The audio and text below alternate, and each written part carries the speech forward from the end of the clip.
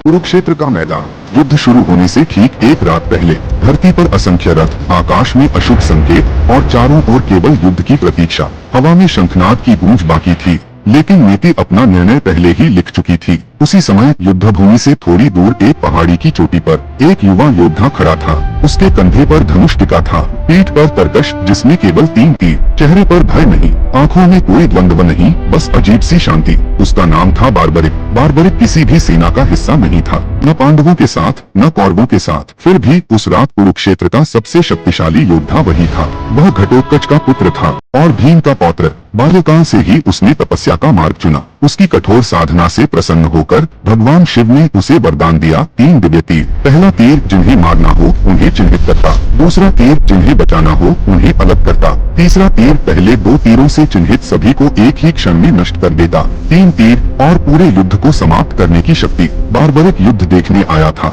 लेकिन उसका एक नियम था, मैं उसी पक्ष से युद्ध करूंगा जो हार रहा होगा। यह नियम सरल लगता था, पर इसके भीतर विनाश छिपा था, क्योंकि युद्ध में हार और जीत हर पल बदलती है। अगर बार्बरिक युद्ध में उतरता तो वह बार बार पक्ष बदलता और अंत में न पांडव बचते न कौरव, केवल सर्वनाश। इस सत्य को समझने वाला केवल एक ही था, वह थे श्री कृष्ण। कृष्ण ने शांत स्वर में पूछा, वत्स, यदि युद्ध हुआ तो तुम किसके पक्ष में लड़ोगे? बार्बरिक ने बिना झिझक उत्तर दिया, जो हार रहा होगा मैं उसी का साथ दूंगा। कृष्ण क्षण भर मौन रहे, फिर उन्होंने दूसरा प्रश्न किया, तुम्हें सबसे प्रिय क्या है? बार्बरिक बोला, मेरा शीश। कृष्ण ने कहा, तुम मुझे वही दान में दे दो। एक पल के लिए समय थम गया, लेकिन बार्बरिक के मन में न भय था न पश्चाताप। उसने बिना एक शब्द कहे अपना शीश अर्पित कर दिया। धरती कांप उठी, आकाश निस्तब्ध हो गया। कृष्ण ने उसका शीश उठाकर कहा, तुम युद्ध नहीं करोगे, लेकिन इस युद्ध के साक्षी बनोगे। उन्होंने उसे वरदान दिया कि वह ऊंचाई से पूरा युद्ध देखेगा। 18 दिनों तक बार्बरिक ने युद्ध देखा।